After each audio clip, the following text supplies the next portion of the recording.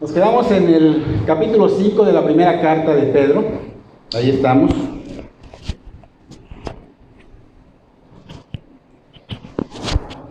Capítulo 5 de la primera carta de Pedro. ¿Pueden abrir sus Biblias allá, por favor?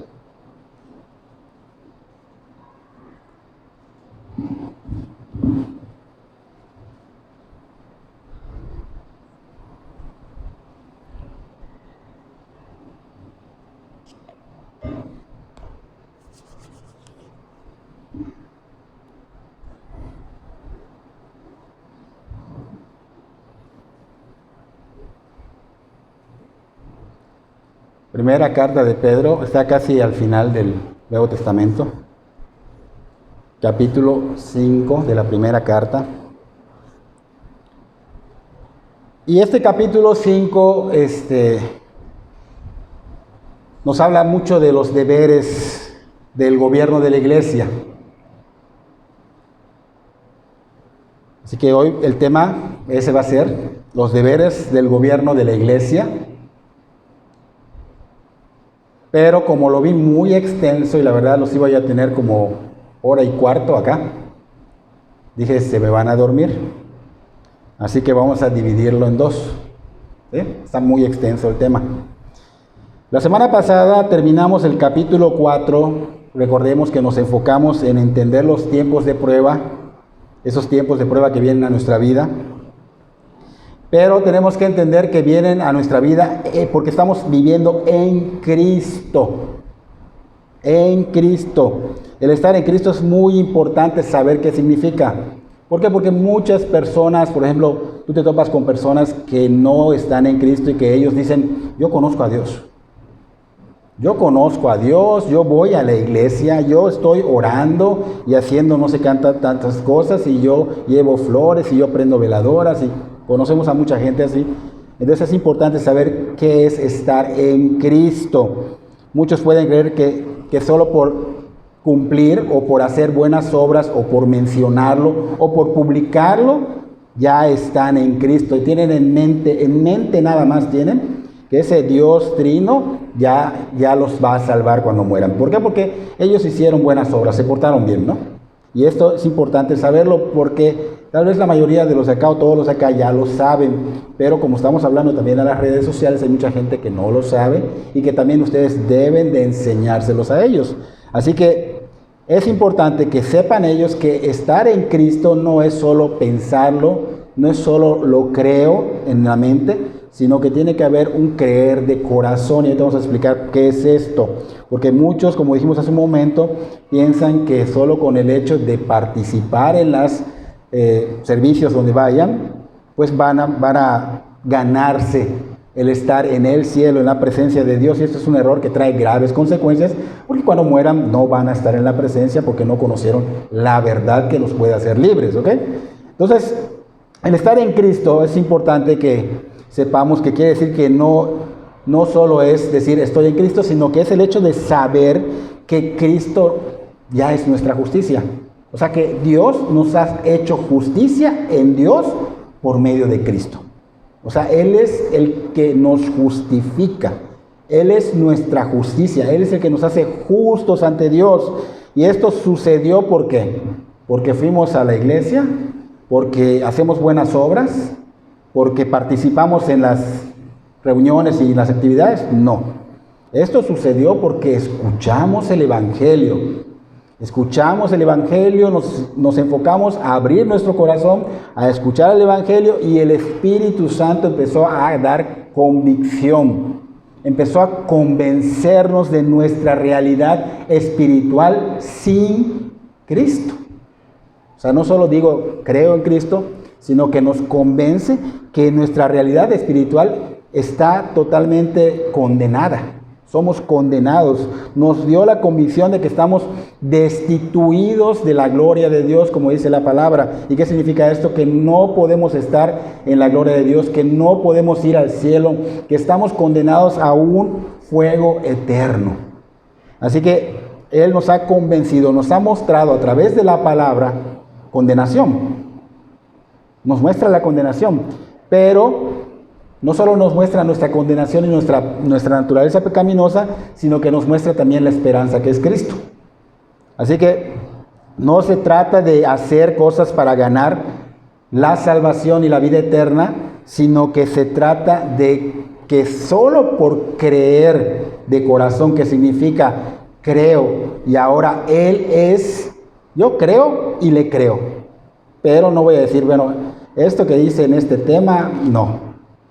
Esto sí, esto no. Entonces ya no estás creyendo. Yo creo que Él es mi Señor, que Él es mi Salvador, que Él dio su vida por mí y le creo todo lo que dice. Así, si puso punto y coma, se lo creo. Pero es que Dios no lo dijo, Dios inspiró a las personas para que lo escriban, así que es la voz de Dios. Le creo a Dios y es así como nosotros podemos recibir la justicia de Cristo y por la justicia de Cristo podemos ser salvos. Para las personas que no son, es importante que empiecen a escuchar el Evangelio. El Evangelio para que el Espíritu Santo, obviamente un Evangelio puro. Escuchamos cualquier Evangelio, por ejemplo ese Evangelio que dicen por allá, haz esta oración y tú ya eres salvo. Yo no veo en las personas que se conviertan porque yo no veo fruto en ellos. Entonces el Señor dijo claramente, por sus frutos vamos a conocer.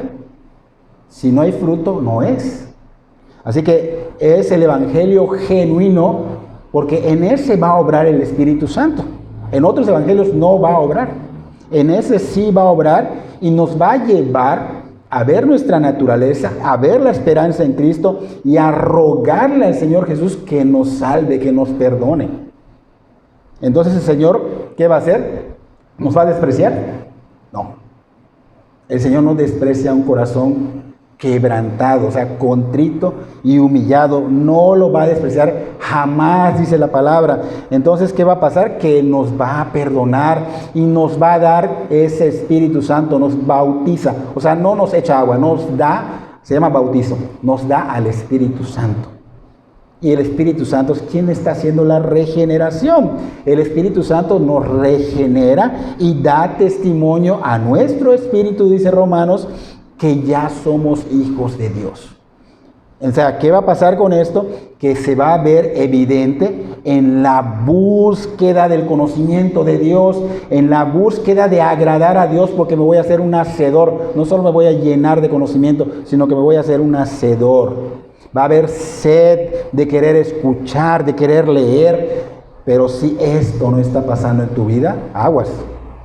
Si no hay esa necesidad de buscar día a día el consejo de Dios, la palabra de Dios, lo que Dios me quiere hablar diario, a lo mejor no hay una conversión y estás a tiempo. Y es una bendición que te lo esté haciendo ver el Señor. Así que esto se va a ver evidente en que tú vas a tener sed de escuchar, de leer, y no solo vas a tener sed, sino que te vas a deleitar hasta en lo que se predique bíblicamente que no te agrade.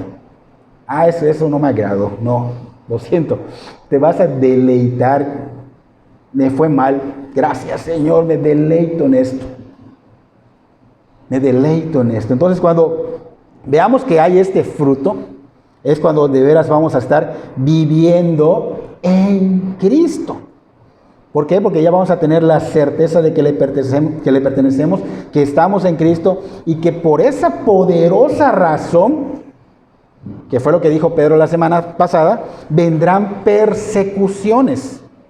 O sea que a consecuencia de estar en Cristo, van a venir persecuciones, van a venir pruebas, van a venir adversidades.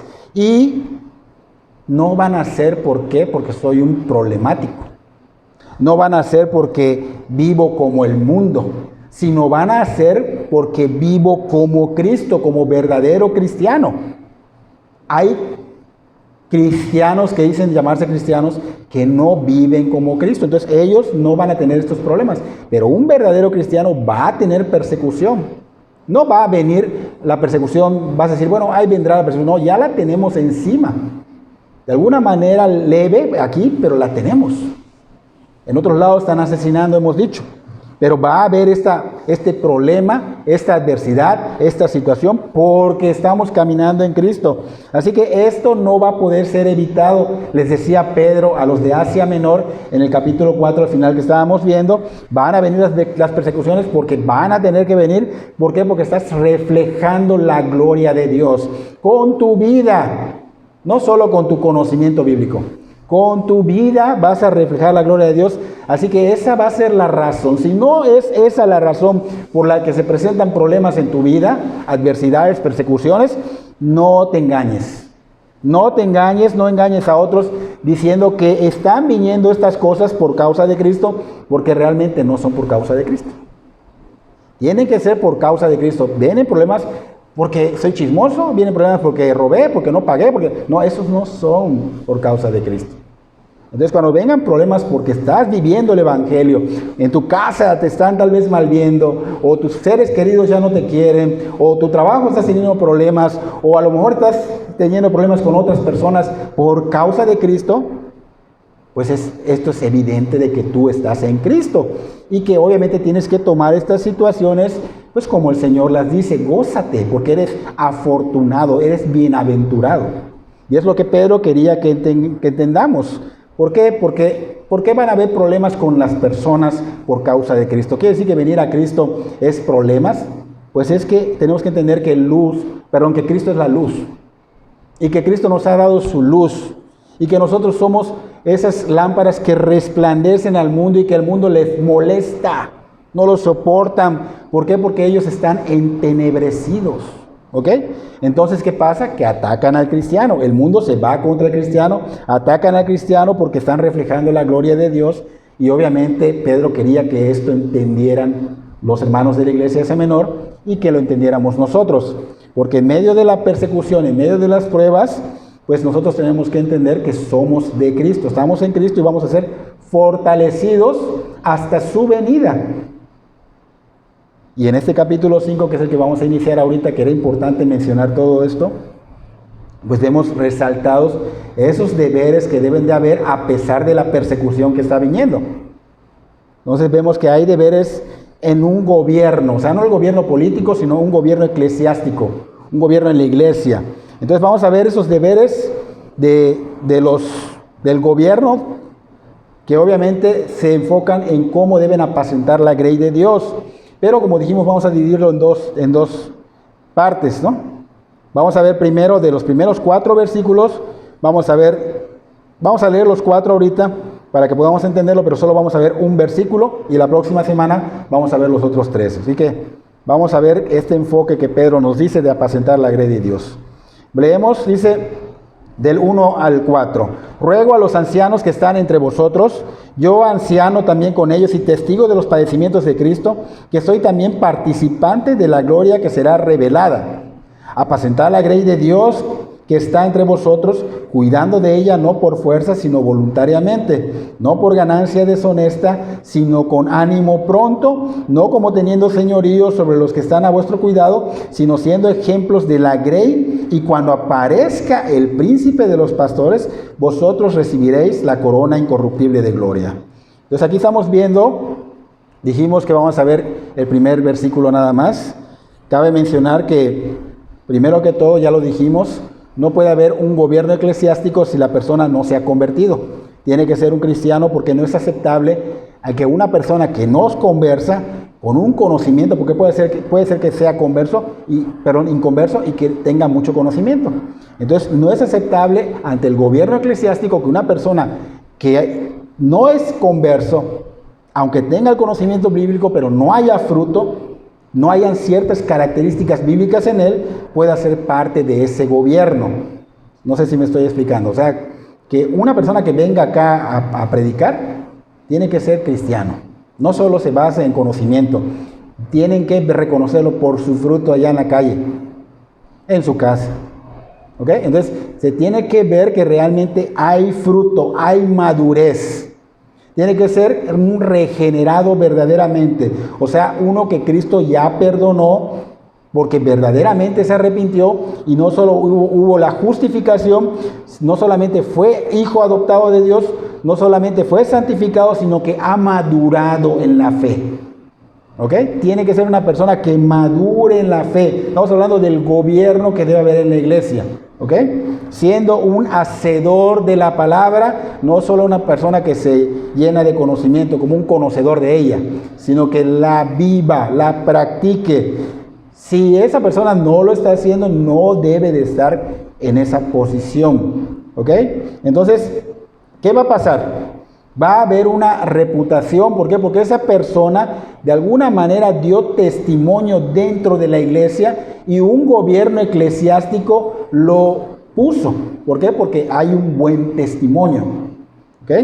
Entonces, solo si se está en Cristo y solo si hay ese llamado, porque no solo es decir, bueno, yo quiero ser pastor o quiero ser anciano, que ahorita vamos a ver que es lo mismo, sino que solamente si se está en Cristo y hay ese llamado al gobierno eclesiástico y se ha de alguna manera crecido esa persona en conocimiento y gracia, o sea que ha sido madurado, ha madurado en la fe, puede ser parte de este gobierno eclesiástico. No puede ser un neófito, o sea, no puede ser una persona nueva, sino es una persona que ha crecido, que ha madurado, y obviamente para que pueda seguir lo que Pedro va a mostrar ahorita, para que pueda cumplir con los deberes cristianos que estamos viendo ahorita en esta carta de Pedro, la primera carta, capítulo 5. Así que tenemos que ver que Pedro nos da un ejemplo con su vida. Por ejemplo, Pedro, 30 años atrás, en el tiempo de Cristo, cuando él aún estaba siendo recién llamado, pues vimos que Pedro era inmaduro, vimos que Pedro era impulsivo. De hecho, lo vimos la semana pasada, el jueves hablamos de Pedro. El jueves hablamos de Pedro y vimos que era una persona inmadura, que negó al Señor 3 veces. Entonces Pedro, aunque sí tenía el llamado, porque el mismo Señor Jesucristo fue y lo llamó, aunque sí tenía el llamado, pero si Pedro en ese mismo tiempo hubiera realizado el pastorado, ¿qué hubiera pasado? Hubiera sido un caos, hubiera dañado a la iglesia, hubiera abusado de su posición, llevaría a la obra de Dios a ser destruida la obra. Es por eso que es necesario que haya un gobierno espiritual en las iglesias y que haga cumplir estos requisitos. No solo elijo a este porque a lo mejor este me está dejando mucho dinero acá, o elijo a este porque tiene carisma. No, hay ciertos requisitos que el gobierno debe de aplicar, se requieren, son necesarios para estar en el gobierno eclesiástico. Porque Pedro no inició siendo un líder. Pedro tuvo que crecer, Pedro tuvo que madurar. Como dijo el Señor Jesucristo en el Evangelio de Mateo capítulo 20, versículo 25 en adelante: sabéis que los gobernantes de los gentiles se enseñorean de ellos y que los grandes ejercen autoridad sobre ellos, mas entre vosotros no será así. Mateo 20, 25 y 26. Mas entre vosotros no será así. O sea que el reino de Dios no toma un liderazgo como el mundo lo toma. Es totalmente diferente, es totalmente contrario. Y estamos viendo al Señor que está orientando a los apóstoles para que aprendan a llevar el liderazgo. Y Él les dice ya: sino que el que quiera hacerse grande entre vosotros será vuestro servidor. Y el versículo 27 dice: y el que quiera ser el primero entre vosotros será vuestro siervo. Y esta es la filosofía cristiana. Esta es la manera en que Pedro fue forjado por el Señor Jesucristo. Fue formado, fue madurado, creció en el Espíritu, ¿no? Entonces no podemos llevar una iglesia, no se puede llevar una obra de Dios si hay maneras terrenales, filosofías terrenales, sabiduría terrenal, liderazgo terrenal. No. ¿Por qué? Porque la iglesia es santa, es un pueblo santo y hay que dirigirlo con sabiduría santa, sabiduría divina. Así que en base a este modelo que el Señor Jesucristo está mostrando en Mateo 20, 25 al 28, en base a ese modelo se edifica la iglesia, se defiende a la iglesia. Porque en el reino de Dios no es igual al gobierno terrenal, como la política, no es igual. El Señor nos muestra acá ciertos puntos que son importantes y que son necesarios para que puedas participar en el gobierno eclesiástico. Aquí está diciendo el Señor: servir, ser siervo.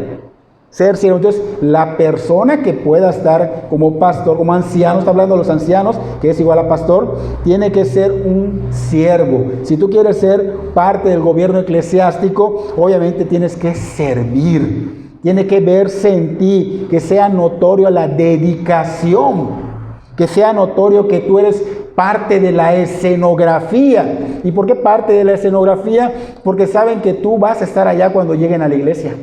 Porque van a ver que tú nunca faltas, porque van a ver que tú eres fiel, porque van a ver que tú eres íntegro, porque eres puntual. Entonces tienes que ser parte de la escenografía. ¿Por qué? Porque tú tienes que dar un testimonio de que tú eres maduro, de que tú de veras estás en esa posición, no porque a alguien le agradaste o porque eres carismático, sino porque cumpliste con los requisitos que el Señor ha puesto. Así que esto nos ataca, bueno, no es que nos ataque, sino que nos hace sentir como que estamos atacados, los pastores. Y es importante que nos confronte. Es importante porque a veces estamos como que de alguna manera titubeando o estamos cayendo en algo. Y aquí nos está mostrando que nosotros tenemos que ser íntegros. ¿Ok? Debes tener un corazón dispuesto, un corazón obediente a la palabra de Dios, un corazón sumiso a lo que Dios dice. Debe haber humildad, debe haber mansedumbre, debe haber una disposición total a todo lo del Señor. Si tú pones peros, tú no puedes estar en el gobierno eclesiástico. Si tú no tienes humildad, mansedumbre, eres altivo, prepotente, tú no debes estar en ese lugar. Pedro, 30 años después, hablamos primero que Pedro era inmaduro. 30 años después está escribiendo esta carta. Pero Pedro ya es maduro. Pedro ya creció, ya tiene estas características de vida. Lo vemos escribiendo una carta, lo vemos cumpliendo los requisitos, lo vemos de alguna manera rogándole a los ancianos a que sean como Cristo dice. Que lleven estas características, que defiendan el Evangelio, que aprendan a apacentar la grey de Dios, que es la congregación. Entonces el mismo Señor Jesucristo, allá en Mateo, estamos en Mateo 20, versículo 28, Él mismo fue el modelo. Él mismo de alguna manera nos modeló esto. Dice, como el Hijo del Hombre no vino para ser servido, sino para servir y para dar su vida en rescate de muchos. Él fue el ejemplo supremo. Él se dio por nosotros. Ese Dios en carne, la segunda persona de la Trinidad, aunque era igual a Dios, o sea que tenían el mismo nivel, estatus entre Dios Padre, Dios Hijo, Dios Espíritu Santo, aún así se sujetó. Él nos está mostrando cómo es un siervo, cómo es una persona que debe estar en el gobierno eclesiástico. Él se sujetó a lo que Dios Padre dijo y vino y se dio y murió, sirvió en obediencia total. Dio su vida por todos. Está escrito en esta cita, lo estamos leyendo, Mateo 20, 28. Y se cumplió eso que dijo el Señor. Dio su vida en la cruz, murió en la cruz por nosotros, nos rescató, fue sustituto, consumó la obra.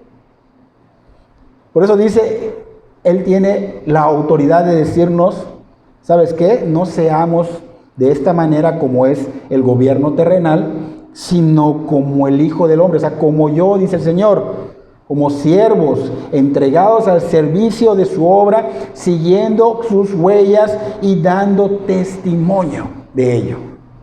Entonces se deben tener estas características, deben ser calificadas por un gobierno eclesiástico para que sean aprobadas. ¿Por qué? Porque es necesario y es delicado lo que está Pedro hablando, porque es un encargo. ¿Qué pasó con la iglesia? La compró, es su joya preciosa y te la encarga. Te la encarga, no te está encargando cualquier cosa. Él dio su vida por la iglesia y se la está encargando a hombres insignificantes como nosotros, pastores, obispos o ancianos, que es lo mismo. Ahorita vamos a ver por qué es lo mismo. Bíblicamente lo vamos a corroborar. Entonces, parte de este gobierno tienes que realmente cumplir con ello. Ahora, el diácono. Es importante mencionar que el diácono no es parte del gobierno. El diácono es una persona que está llamado a servir, pero en diferente área. O sea, el diácono no está dentro del gobierno porque no gobierna ni enseña la palabra en la congregación. El diácono tiene una función. Él se encarga de los asuntos diaconales, que son administrar las finanzas. Por ejemplo, si allá hay un ofrendero, eso se tiene que administrar. Obviamente el servicio de las mesas, ver que se mantenga bien el lugar, o sea, la limpieza y muchas cosas más, las comidas, la visita a los enfermos, la visita a los hospitales, las visitas a la cárcel, la evangelización, como lo hizo Esteban y Felipe. Ellos fueron diáconos. Si vamos a Hechos capítulo 6, versículo 1 al 7, allá vamos a ir. Tenemos otro ejemplo, 1 Timoteo 3, 8 al 13, pero vamos a enfocarnos en Hechos 6, porque ahí vamos a ver cómo funciona la elección de los diáconos y vamos a ver los requisitos que ellos necesitaron para escoger a estos 7 diáconos que menciona esta cita. Hechos 6, 1 al 7, estamos viendo a la iglesia que había crecido en números, o sea, era masa, eran miles de personas, ¿ok? Y se requería un servicio correcto. ¿Por qué? Porque habían allá como que preferencias y un mal servicio, pero se necesitaba un servicio correcto sin hacer excepción de persona.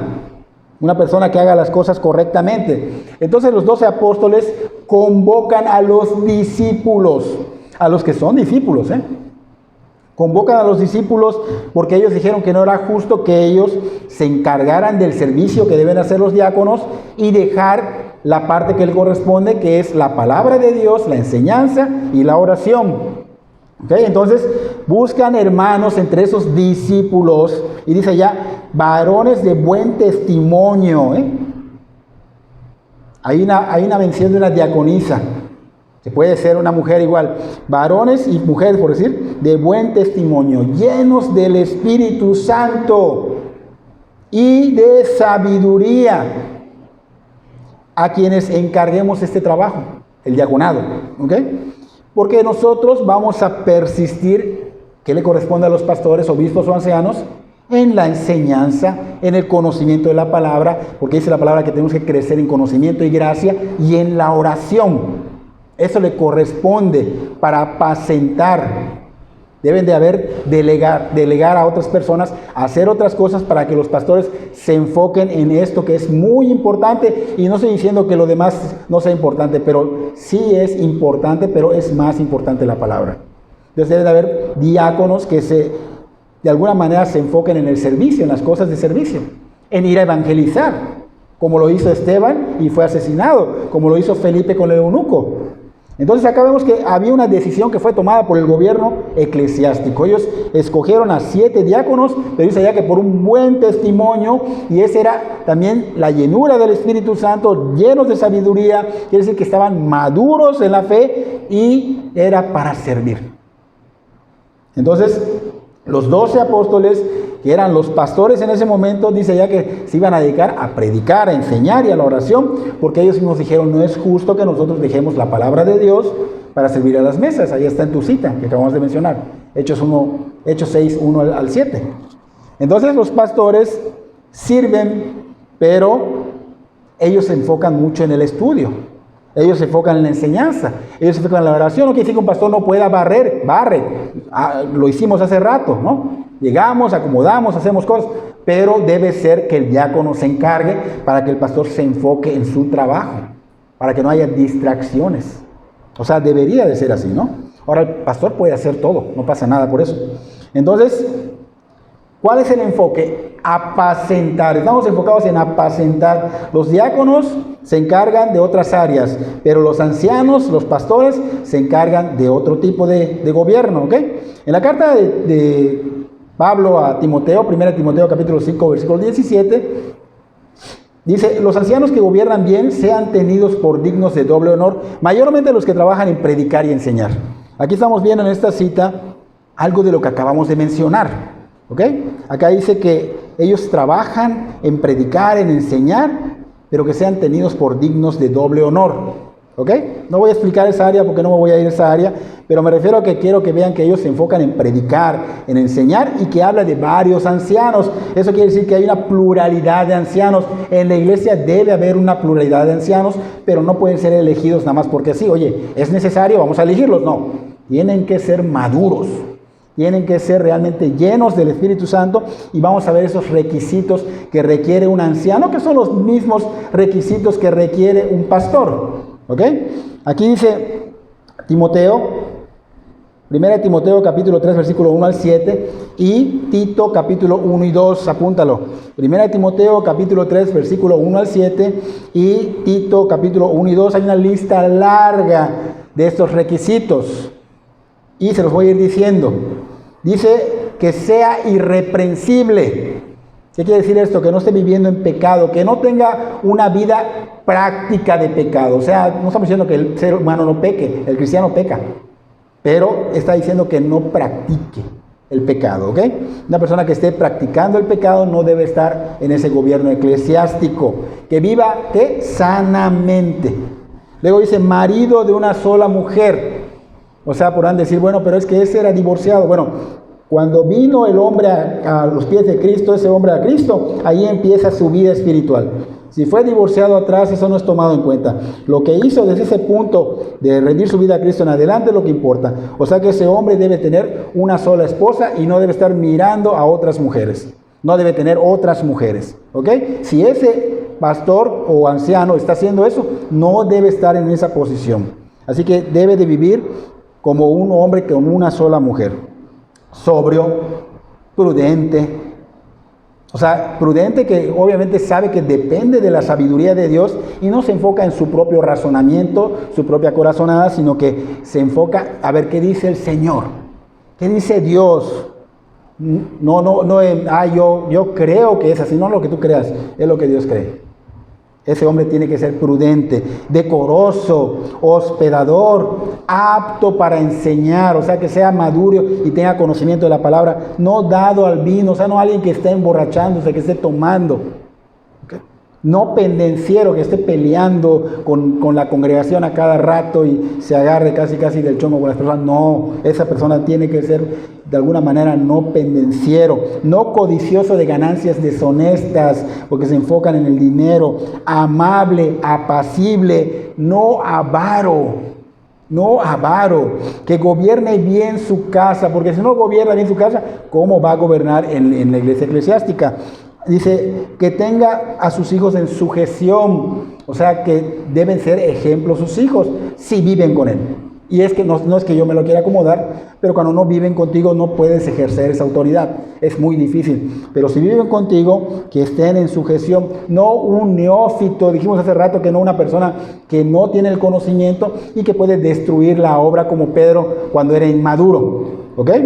De buen testimonio, dijimos que tiene que la iglesia ver su caminar de esa persona y decir, este sí está en la posición que debe de estar. Porque si no, sáquenlo de allá. ¿No? Entonces, tiene que ser de buen testimonio, una persona que verdaderamente esté caminando con el Señor. Pablo fue un perseguidor de cristianos, asesino de cristianos. Y cuando el Señor tuvo su encuentro con Pablo fue transformado. Así que una persona que realmente se convierte a Cristo va a ser transformado. Pablo pasó de asolar a la iglesia a ser apóstol de Jesucristo y Dios Padre. Así que una persona tiene que tener la madurez. Seguimos con la lista ahora de Tito, capítulo 1 y 2. No soberbio, o sea, no una persona altiva, no una persona orgullosa, una persona que, por decir, se cree más que los demás, al grado de que si tú le hablas ni te contesta. Al grado que si tú le mandas un mensaje, te contesta cuando quiere. Ahí estás viendo la altivez. ¿Por qué? Porque están sintiendo que ellos no necesitan estar contestando a las personas. Digo, son ejemplos, ¿no? Hay muchos ejemplos. Tiene que ser una persona que sea, pues, humilde, manso, no soberbio.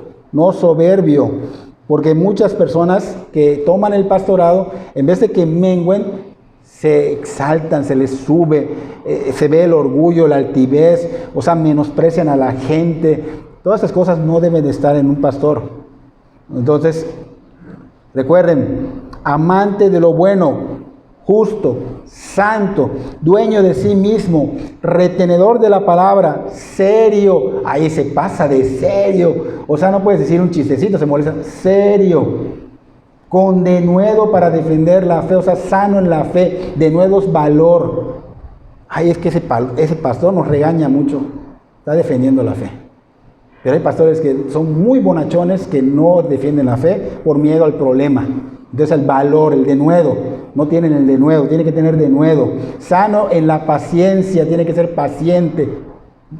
Se requieren estos requisitos, son necesarios porque no podemos imponer las manos a personas que no estén con estos requisitos. Hay que observar bien, hay que discernir. Pablo fue muy claro en esto en Timoteo, la primera carta de Timoteo, capítulo 1, versículo 22, dice, no impongas con ligereza las manos a ninguno. O sea, no vayas a hacerlo, primero obsérvalo, primero discierne, primero ve que tenga fruto, porque si no, dice acá, ni participes en sus pecados ajenos, consérvate puro. O sea que si tú impones manos a personas que no están caminando con estos requisitos, dice, ahí le dice, consérvate puro. Quiere decir que estás cayendo en impureza. Estás siendo partícipe de lo que esa persona va a hacer. Entonces no tienes que imponer las manos a un anciano, a un obispo, a un pastor, así desesperadamente porque nos hacen falta pastores. No. Los que no cumplen estos requisitos, ¿qué van a hacer? Van a ser de tropiezo para los demás, van a destruir una de las obras de Dios. Así que ya que entendimos quiénes son los ancianos, porque Pedro se está dirigiendo a los ancianos, ya que entendimos esto, ahora vamos a conocer cuáles son sus deberes sobre la grey de Dios. ¿Qué deberes tienen sobre esa congregación donde Dios los pone? Y vemos que el apóstol Pedro inicia así, ruego a los ancianos que están entre vosotros. Pedro está iniciando con ruego porque no es un tema que esté yendo en contra de la doctrina de Dios. Porque vemos a Pablo cuando estaban yendo en contra de la doctrina de la sola gracia, como, oh insensatos y gálatas insensatos. Ahí los estaba reprendiendo porque estaban yendo en contra de la doctrina. Pero acá no está en contra de la doctrina, nada más les está haciendo ver cómo deben ser esos deberes de los ancianos hacia la grey de Dios, ¿no? Ruego, dice Pedro, ruego a los ancianos que están entre vosotros, yo anciano también con ellos, y testigo de los padecimientos de Cristo, que soy también participante de la gloria que será revelada. En este texto nos estamos enfocando en este tema, ¿ok? Este es nuestro texto principal. Entonces Pedro inicia con este texto rogando. O sea, una súplica que es una petición hecha con un fin, alcanzar lo que se pide. ¿Ok? Entonces hay que recordar que Pedro estaba siendo inspirado por el Espíritu Santo, y al escribir esta carta pues había momentos en que el Espíritu Santo lo inspiraba a rogar, pero también lo inspiraba a exhortar. Aquí está rogando. Pedro es un apóstol de Jesucristo y Pedro es el principal de los 12. Él fue el que el Señor le dijo, afírmalos cuando vuelvas. ¿Se acuerdan que lo vimos el jueves? Afírmalos. Entonces aquí vemos que es el principal. Y vemos que Pedro, aunque él tenía una posición, se puede decir, más elevada, está diciendo, ruego a los ancianos y yo como ellos. O sea, no se está exaltando como muchos hoy se llaman apóstoles, que no hay apóstoles, pero se llaman apóstoles y se la pasan, yo decreto, yo declaro, yo ato, yo reprendo. Y solo estamos viendo que esto es una falta de reverencia a Dios, porque están dando a entender que ellos son soberanos sobre Dios. Están dando a entender que ellos son soberanos sobre Dios. Y prácticamente con esto que están diciendo, le están ordenando a Dios realizar su propia voluntad. ¿Alguien puede apagar este ventilador? ¿Es uno de estos, por favor? Está prácticamente... Con estas palabras, vamos a enfocarnos en la palabra, con estas palabras prácticamente están diciendo que ellos pueden ordenarle a Dios para que Dios cumpla su voluntad. Yo decreto esto, o sea, Dios cumple esto que estoy haciendo. O sea, como si ellos estuvieran sobre la soberanía de Dios. Y esto no puede ser. Pedro está dando un ejemplo de humildad, de cómo debe ser un pastor. Ruego a los ancianos que están entre vosotros. Y esto está demostrando que Pedro ya era un hombre humilde, que ya era un hombre manso, que no era aquel hombre que 30 años atrás negó al Señor Jesucristo, que era altivo, que era testarudo, que era impulsivo. Aquí Pedro ya era maduro y está diciendo, ruego a los ancianos. Entonces es impresionante ver cómo Dios de veras transforma la vida. Vimos la vida de Pedro anteriormente.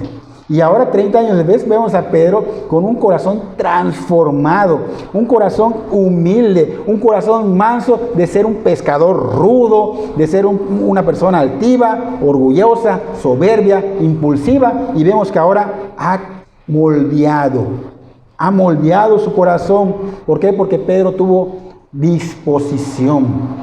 Pedro rindió su vida a Cristo, se entregó totalmente a su señorío.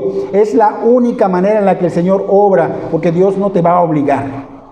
Entonces tienes que entregarte, tienes que rendirte. ¿Qué es rendición? Lo hemos hablado anteriormente.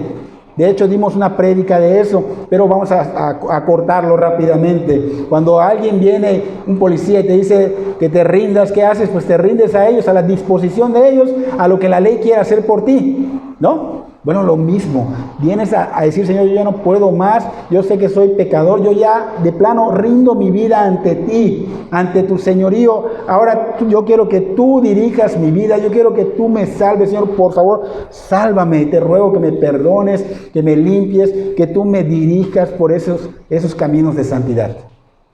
Eso es rendición, pero no solo de palabras, sino que verdaderamente lo voy a cumplir. Y el Señor sabe si en verdad eres honesto. Entonces va a haber una entrega total al Señor Jesucristo y obviamente va a ser sorprendente cuando veas cómo el Señor da un giro tremendo en tu vida, como lo hizo con Pablo, como lo hizo con Pedro, como lo hizo con todos los apóstoles. Entonces hay disposición, tiene que haber disposición. Dios hace maravillas si tenemos esa disposición. Dijimos hace un rato la terquedad de Pedro el jueves, vimos que era impulsivo, vimos que lo negó 3 veces, pero vimos que volvió. ¿Y qué pasó? Obviamente porque el Señor había orado por él y fue madurando y fue creciendo, y ahora a Pedro ya no le hace falta esto. Pedro está dando testimonio. Porque Pedro, aunque lo reprendían, aunque lo disciplinaba el Señor Jesucristo, ¿qué hacía Pedro? Se iba, no, perseveraba junto al Señor.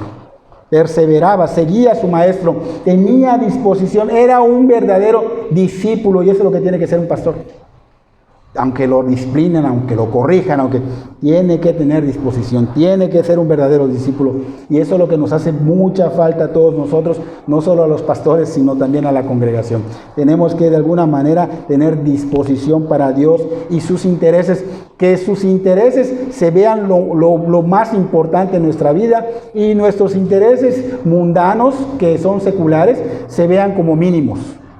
¿Me entienden? No que a veces ponemos los intereses que nosotros tenemos como más encima de los intereses de Dios, y eso no debe de ser. ¿Ok? Y el pastor tiene que enseñar esto y tiene que vivir esto. Entonces, vemos que ser un verdadero discípulo tiene que haber una disposición, tiene que haber ese de que cuando el Señor te diga a través de una prédica o una lectura, te diga, haz esto, o te dé un consejo, o te dé una orden, que tú vayas y la ejecutes diligentemente en ese momento, no mañana, en ese momento. Porque si tú haces esto como esos niños que le dices, haz esto, y no te dicen que no, dicen que sí lo van a hacer, pero lo hacen cuando quieren, ya no está habiendo ese seguir el discipulado. Ya no hay esa rendición, ya no hay esa disposición, y mucho menos hay obediencia. ¿Por qué estoy diciendo que no hay obediencia? Aunque lo hagan, porque una obediencia a medias es una desobediencia total. Si tú le dices algo a tu hijo, haz esto, y no lo hace inmediatamente, y lo hace cuando quiere, pero tú lo necesitas ahorita. Aunque lo haya hecho después, ya no es obediencia, es desobediencia. Entonces, un pastor debe dar ejemplo. Y esto es para todos, pero el pastor debe dar ejemplo. Debe ser una persona que cuando Dios le hable, ejecute esto no mañana, sino inmediatamente. Porque de otra manera estamos yendo en desobediencia total. Entonces vemos que Pedro ya estaba calificado. Pedro ya había madurado en todo esto. De hecho, en el Evangelio de Juan, capítulo 21, versículo 15 al 17, esa parte donde le dice, Pedro, ¿me amas?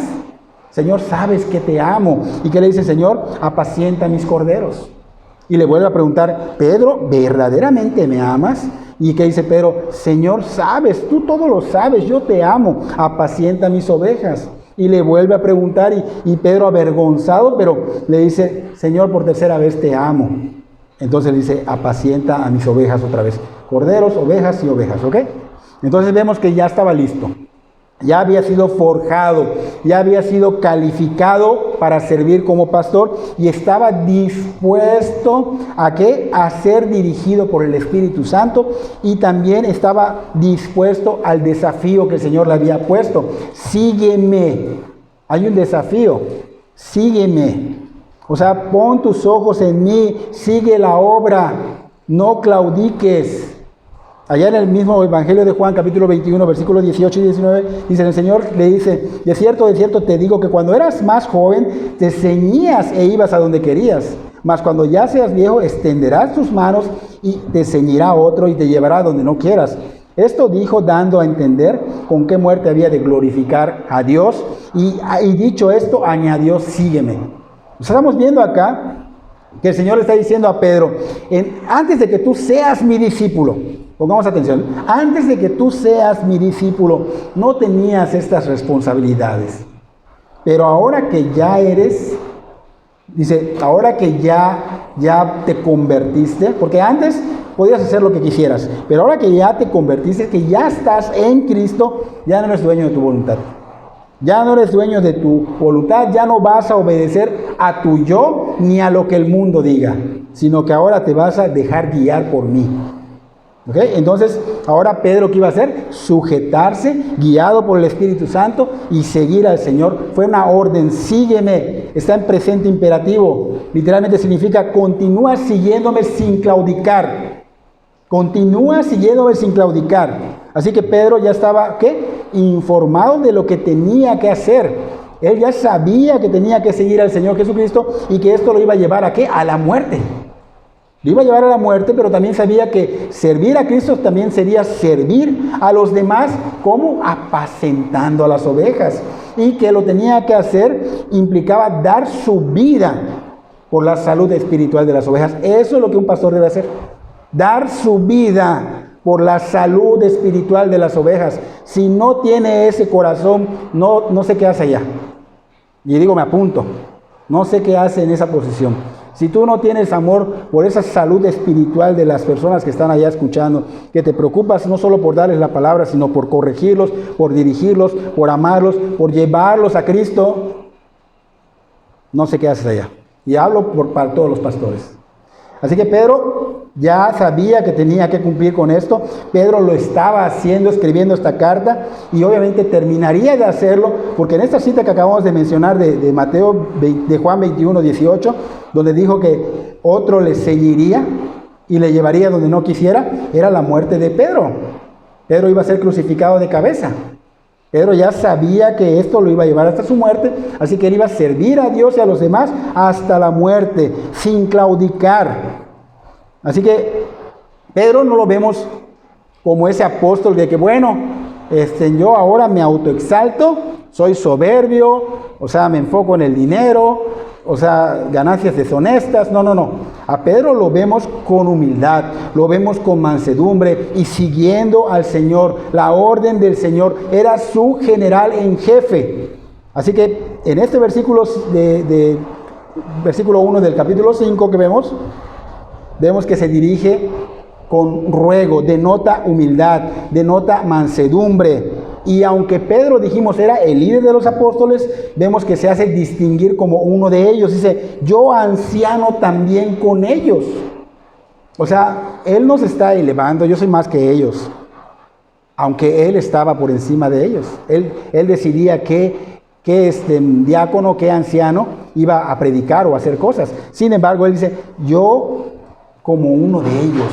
como uno de ellos. No importa lo que se cayó, no importa.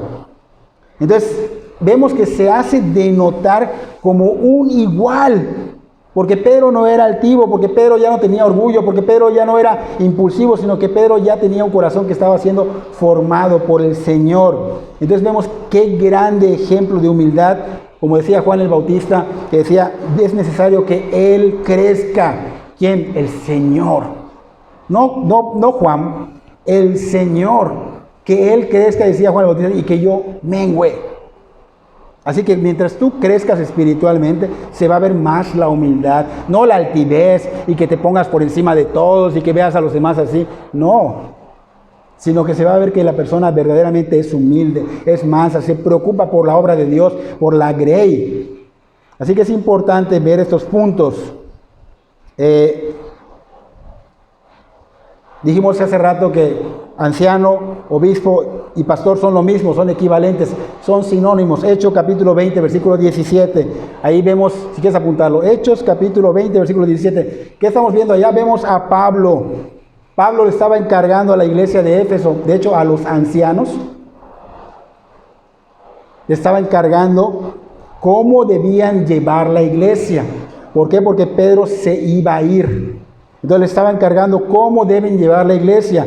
En el versículo 28, dijimos 17, 20, 17, en el versículo 18 vemos la gran responsabilidad de ellos. Dice, por tanto, mirad por vosotros y por todo el rebaño. O sea, que tenían que ocuparse de ellos y por todo el rebaño en que el Espíritu Santo los había puesto por obispos. En que el Espíritu Santo los había puesto por obispos para... Dice ya, apacentar la iglesia del Señor, la cual Él ganó por su propia sangre. O sea que el anciano es obispo, el obispo es pastor, o sea, es sinónimo. Porque en nuestra cita que estamos viendo, el versículo 1 del capítulo 5 de la primera carta de Pedro, inicia él diciendo, ancianos, ruego a los ancianos que apacientan la grey de Dios. Y en el versículo 4 que leímos de esa misma cita, vemos que dice, cuando el príncipe de los pastores, o sea que se estaba refiriendo a los ancianos, y ahorita pastor está diciendo que es lo mismo. Es como que hubiera dicho, cuando venga el príncipe de los ancianos, es lo mismo. Entonces, en base al contexto, estamos viendo que son sinónimos. Anciano, obispo y pastor. En algunas iglesias cometen un error. No estamos diciendo que nosotros somos perfectos, pero en algunas iglesias nombran ancianos y no los nombran, no son pastores. El anciano es pastor. El diácono no. El anciano y el obispo es pastor. ¿Ok? Entonces, vemos que Pablo y Bernabé en Hechos 14:23 iban a varios lugares y designaban ancianos. O sea, ¿qué hacía? Designaban pastores. Vamos corroborando que es lo mismo.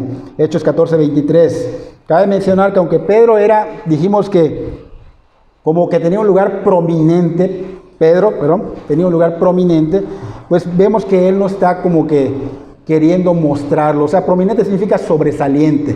Pero vemos que Pedro no estaba como queriéndose mostrar como más que los 12, porque dice, y anciano igual, yo anciano también con ellos.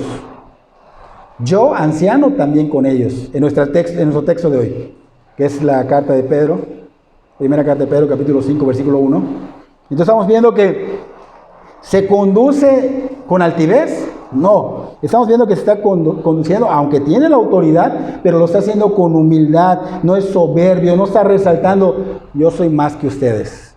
No está haciendo eso. No vemos altivez, sino que vemos humildad, porque hoy día los pastores, lamentablemente, unos se creen apóstoles, unos se creen que por encima de los demás. No es correcto. Hay un respeto hacia ellos, sí lo hay, pero no son más que nadie. Ante Dios todos somos iguales, aunque le han puesto una autoridad como una empresa. Tú vas a una empresa y hay un gerente y tú tienes que sujetarte al gerente, ¿no? ¿No es así? ¿No es así? Hay un jefe. Bueno, pero no es más, no somos más que los demás, somos iguales. De hecho, el pastor debe oler a oveja, porque es oveja también. Porque el pastor y obispo es Dios. Es Cristo. Ahorita lo vamos a ver. Entonces Pedro se comportaba como un anciano más. No presumía, no se exaltaba, sino como un anciano más. Y esto es bueno señalarlo porque debe de haber esa humildad en los pastores. Debe, dijimos, oler a oveja cuando cuida a la grey, a la congregación, las protege, los guía. Debe ser humilde, manso, preocupado por la salud espiritual del congregante. Pedro, aquí vemos que también habla de los padecimientos. Dice, y testigo de los padecimientos de Cristo, en ese mismo versículo 1. Vemos que está hablando de los padecimientos del Señor Jesucristo en la cruz, como si Él hubiera estado presente, pero no vemos en ninguna cita bíblica que Pedro estuviera presente. ¿Ok? Pero Él está diciendo prácticamente esto como si Él hubiera estado tal vez junto a Juan y María que estaban enfrente. ¿Por qué? Porque Pedro estuvo obviamente en el Monte de los Olivos, cuando el Señor fue apresado y fue llevado con el sumo sacerdote, estuvo en la casa, afuera de la casa del sumo sacerdote, ahí él vio los padecimientos y no creo que Pedro no haya seguido al Señor de lejos. Si lo dice es porque seguramente de lejos siguió y por eso dice testigo del padecimiento del Señor Jesucristo en la cruz. Así que es como si dijera a Pedro a los demás ancianos, ustedes son líderes por los cuales el Señor Jesucristo sufrió y murió. Y yo lo vi sufrir. Es como si estuviera diciendo eso. ¿Ok? Sin embargo, en ese tiempo que el Señor estaba padeciendo, miles de personas habían a su alrededor. Muchas personas vieron la muerte, vieron el sufrir del Señor Jesucristo, pero no les afectó como le afectó a Pedro y a los apóstoles. Aunque fueron testigos oculares, presenciaron el sufrimiento del Señor Jesús, pero no vieron el verdadero significado. Alguien puede leer la palabra de Dios y no entenderla. Pero es que esto tal vez lo entiendas inteligentemente, pero no entiendes el significado espiritual. Primera de Corintios capítulo 2 versículo 14. Allá dice que la palabra es espiritual y se entiende en el espíritu. Entonces, esas personas no entendieron el sacrificio en la muerte, en esa cruz. Solo vieron al maestro que era nombrado como maestro, al maestro derramando su sangre valiente, porque estaba ya soportando todo, pero nunca vieron este sufrimiento, estas heridas con fe. Es el Mesías. Él nos está salvando. Por eso está padeciendo, por eso está muriendo. Ellos no lo vieron así. No creyeron que Él fuera el Mesías. Solo creyeron que fue un hombre que sufrió y que fue valiente en la cruz. Pero no creyeron en la tremenda obra que estaba sucediendo en ese momento en que Cristo estaba recibiendo por nosotros el castigo del pecado. Ellos no lo veían así. Ellos no lo veían así. Entonces cuando Pedro dijo que él sería, porque dice allá, y testigo de los padecimientos de Cristo, que soy también participante de la gloria que será revelada. Es el final de nuestro versículo. Ahí vemos que está diciendo que participante de la gloria de Dios. O sea, Pedro conoció a través de la palabra la gloria de Dios. Pero también conoció la gloria de Dios a través de Cristo y de sus padecimientos. Pero Pedro también presenció la gloria de Dios en aquel monte donde hubo esa transfiguración. Cuando llegó Moisés y Elías, él presenció con los hijos de Zebedeo esta gloria de Dios. Así que Pedro vio, Pedro conoció, y Pedro ahora reflejaba en esta carta, está reflejando la gloria de Dios. Refleja la gloria de Dios en Cristo Jesús. Entonces Pedro sabía que a futuro la vería también. No solo la vio, la conoció y la estaba externando, sino que también la vería por la eternidad. La vería por la eternidad. Y esto es algo que nosotros debemos entender, que nosotros veremos la gloria de Dios, que nosotros hemos visto, hemos conocido, reflejamos con nuestra vida la gloria de Dios y la veremos con Él en la eternidad. Y por eso Dios debe ser glorificado en nuestras vidas, debe ser bendecido, debe ser alabado como debe de ser. Debemos dar gracias a Dios porque nos ha salvado. Porque nos ha adoptado, nos ha hecho hijos, nos ha justificado, nos ha adoptado. O sea, somos hijos de Dios. Lo decimos como si no tuviera un significado tan grande. Hijos de Dios. nos ha santificado, nos ha justificado. Debemos dar gloria, por eso debemos dar muchas gracias, porque también nos ha glorificado. ¿Y qué significa esto? Que si morimos estamos con Dios. Y si no morimos porque Él viene hoy o mañana, nos va a dar cuerpos para estar en su gloria. O sea que vamos a ser participantes de la presencia física. Así como les veo yo a ustedes, y ustedes me ven, van a ver al Señor rostro a rostro. Y van a gozar de su presencia y de su gloria. ¿Acaso esto no es motivo para que nosotros vengamos a reunirnos, a adorarlo, a escuchar su palabra con atención y a vivirla como debe de ser? Y a los pastores también les hablo. Aquí están todos esos requisitos. Y eso primero me confrontó a mí. Y seguramente hay requisitos que no estoy cumpliendo y que tengo que cumplir.